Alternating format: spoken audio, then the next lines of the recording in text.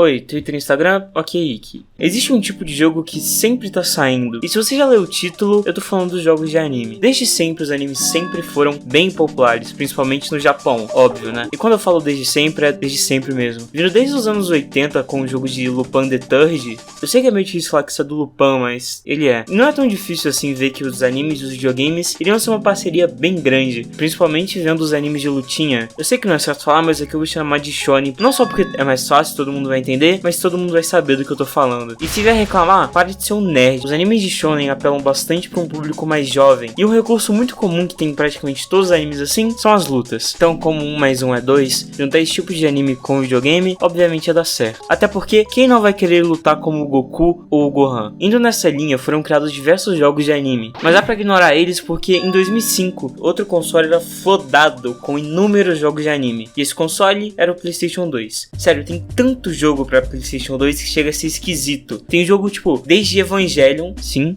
fizeram um jogo de Evangelion, até Detetive Conan. Quem assistiu Detetive Conan? E é muito provável que tenha um jogo de PS2 do seu anime favorito. Mas grande parte desses jogos tinham uma fórmula, e por pouquíssimas vezes ela mudava, sendo essa a fórmula Musou, que é basicamente um hack and slash. Esses dois gêneros são bem parecidos, mas o Musou mesmo tá mais ligado aos jogos de anime, e o uso dessa fórmula é bem óbvio na verdade. Até porque grande parte desses jogos são baseados em anime shonen, de lutinha. Alguns nem são, mas eles dão o seu jeito pra colocar uma batalha no meio e foda-se. E no meio desses jogos existiam, é claro, as franquias mais rentáveis, que obviamente eram Dragon Ball e Naruto. E com isso, mais a popularização do anime no ocidente, o pior aconteceu com esse gênero de jogos. Isso se chama Bandai Namco, que literalmente estreou tudo desses jogos até hoje. Tanto é que existem inúmeros jogos de Dragon Ball e de Naruto. Desde sempre a Bandai foi a publisher de praticamente todos os jogos. Quando eu digo todos, são todos os jogos de anime mesmo, principalmente aqui no ocidente. Não só isso, mas também todos esses jogos têm algum dedo da Bandai. E pra ser sincero, até um tempo atrás isso nunca foi um problema, principalmente na época do PlayStation 2, porque eram lançados jogos bons até, como Budokai Tenkaichi 3, Naruto Ultimate Storm e alguns outros por aí. Também, anime não era algo tão grande e rentável fora do Japão como ele é hoje. Então a parte significativa dos jogos era muito boa, mas com o tempo a qualidade desses jogos de anime foi diminuindo bastante, muito por causa da Bandai e principalmente porque isso era tipo lucrável pra caralho. E todos esses jogos também sempre foram muito simples de fazer porque eles só se encaixavam na fórmula Musou. Vai em lugar, luta com o cara da história, aí você vai em outro, luta contra o próximo e por aí vai. E agora a gente pode pular para os anos atuais e ver como essa indústria decaiu e muito de qualidade. De um tempo pra cá, falando de uma forma mais geral, existem dois tipos de jogos de anime, os que são multiplayer e os que são single player. E por mais que essa definição seja a princípio extremamente vaga, ela não é, porque esses jogos são feitos em uma linha extremamente estreita. Então, falando mais de cada um, os jogos single player em sua maioria seguem a fórmula Musou de jogos, como JoJo All Star, My Hero on Justice e Demon Slayer. Todos esses jogos, para custar mais de R$200, seguem à risca o molde de jogos single player da Bandai. Todos esses jogos seguem essa linha de luta contra o inimigo aí, avança na história, desbloqueia uns 5 personagens iguais e repete isso até a história acabar. E eu nem preciso falar muito para mostrar que essa fórmula é uma merda, porque ela é totalmente feita para cobrar DLC de personagens novos, entre muitas aspas. O jogo de Kimetsu mesmo, no primeiro dia, já tinha uma DLC, que era pasma R$80, onde adicionava os personagens principais com uma roupa diferente. Sem falar que os personagens avulsos mesmo são quase R$30 cada. Obviamente essa fórmula existe simplesmente para ser totalmente descartável. O jogo é extremamente simples, praticamente não existe profundidade no combo ou no combate. Tanto é que esses jogos são descartados pouco tempo após o lançamento, ou até o hype do anime ou do jogo mesmo acabar.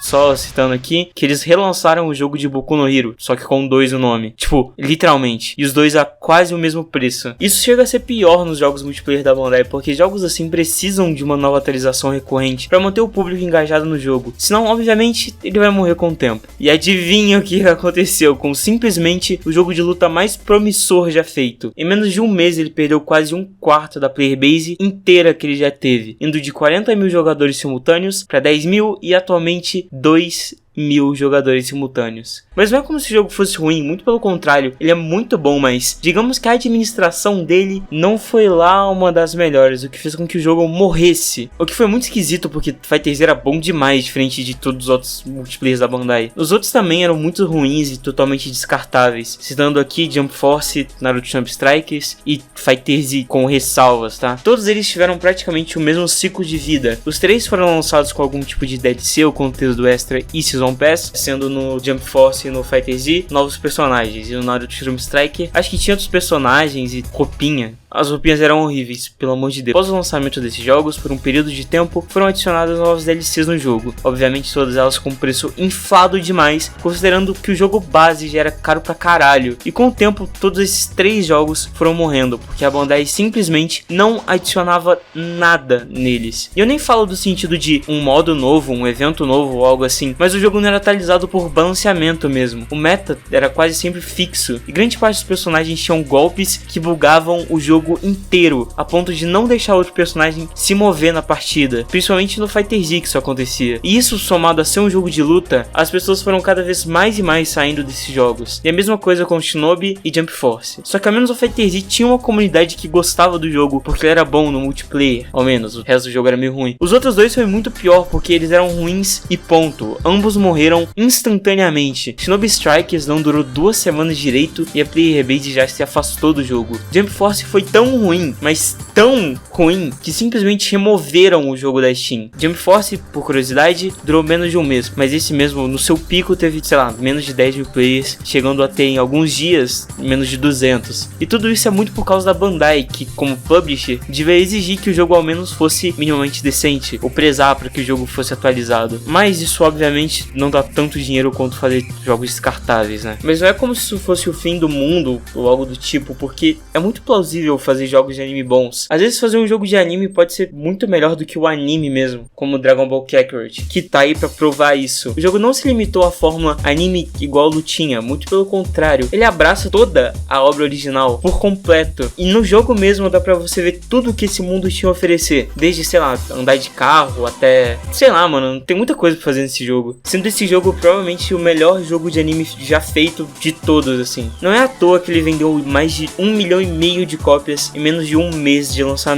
A mesma coisa com Fighter Z, só que esse é mais complicado justamente por ser um jogo multiplayer. Enfim, tem muita mais coisa que dá pra falar desse assunto, mas eu quis fazer um vídeo mais simples e compacto. E eu vou admitir aqui pra vocês que eu ainda sonho que um dia vai ter tipo um Dragon Ball Kakarot só de Naruto. Só que aí eu acho que é sonhar alto demais. O que é uma pena, porque todo mundo sabe que Naruto é melhor que Dragon Ball. Foda-se.